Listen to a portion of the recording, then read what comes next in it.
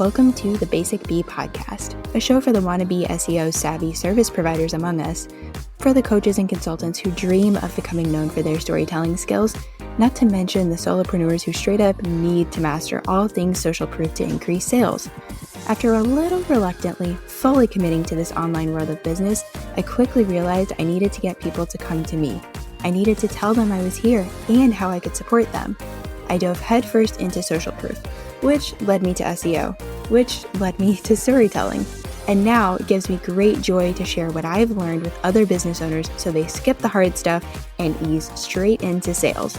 This podcast gives you expert insights, actionable takeaways, and casual convos with some of the online world's best and brightest experts and strategists.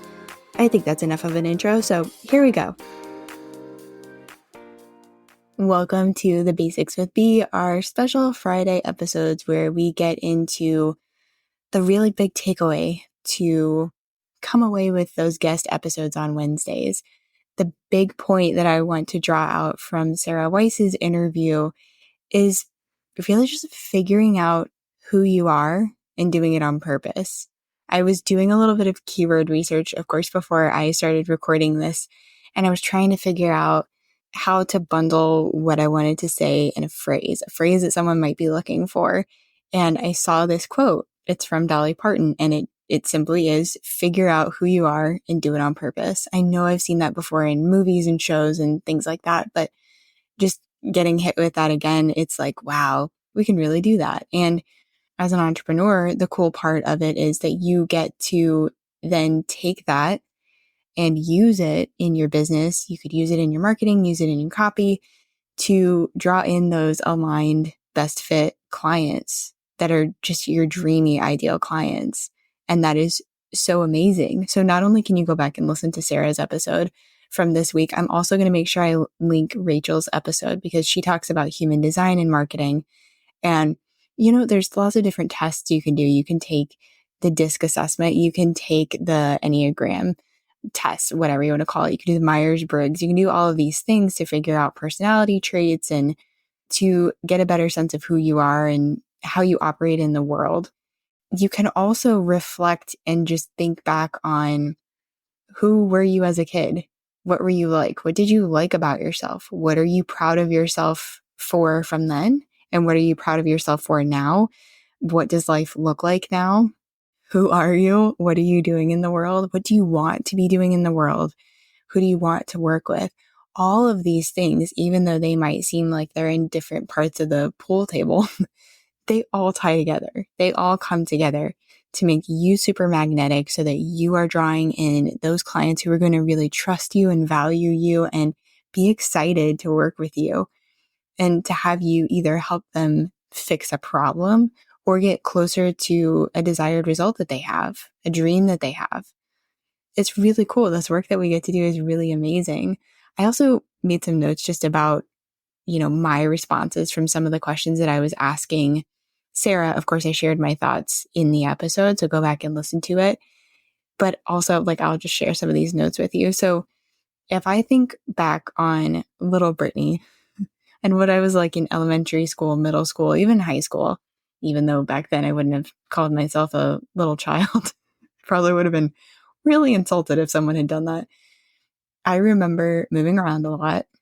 I was what I call a floater. I didn't really have a core group. I wasn't a jock. I wasn't a nerd. I wasn't an athlete. I wasn't any of those things. I was all of them. I was a basketball player for a year. I was in band for, I think, 3 years. I was a smart kid. I was in advanced classes. I was also perpetually the new kid. And I had to figure out where I fit in. And, of course, there's all of these survival strategies that you end up putting into place. But I did that. And also, I got to be friends with so many people. And I got to, instead of feeling like I was rejected by so many people, I got to have friends in different groups and bring those different groups together. And it was really, really cool, really awesome.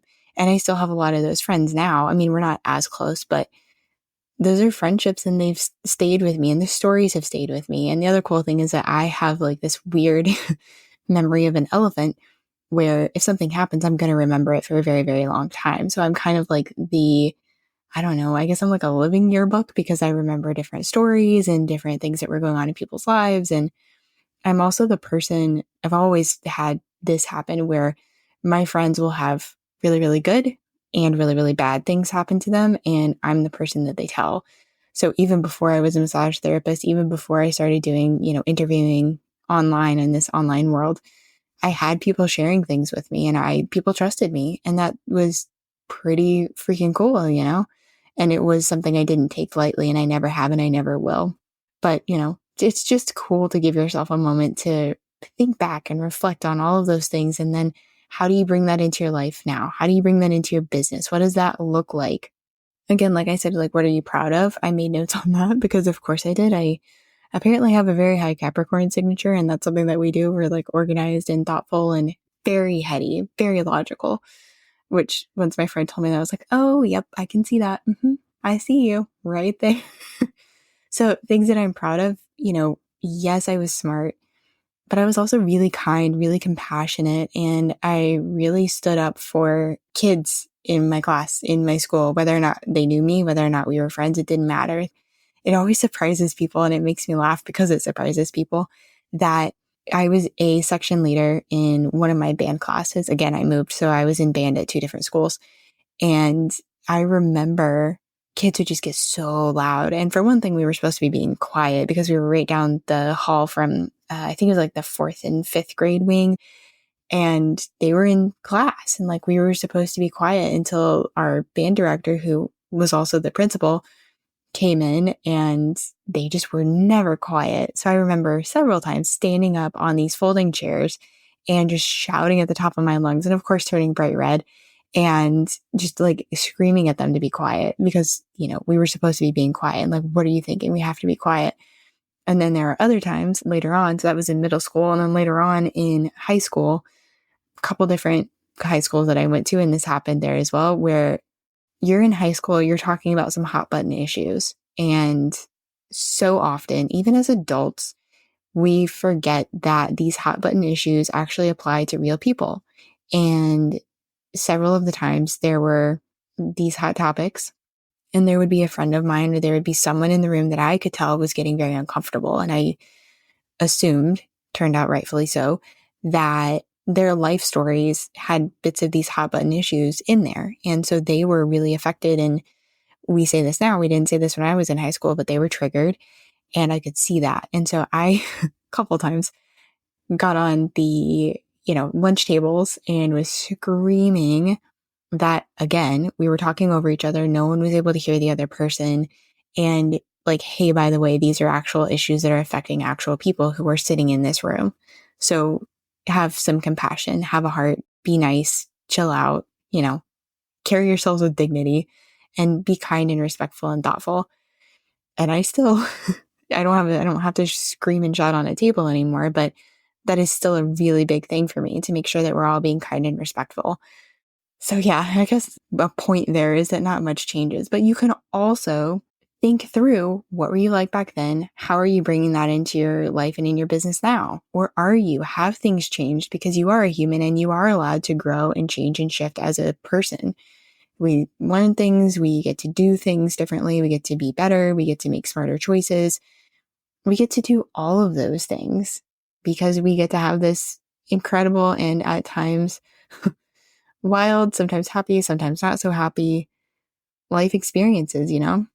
So after listening to this episode and after listening to my conversation with Sarah, if you're still kind of feeling like not sure about this whole being loud and proud about who you are thing, really go back, sit and journal or voice note or talk it out, go on a walk, whatever it is that you do to actually process things, do that and think through like, what was little insert your name here?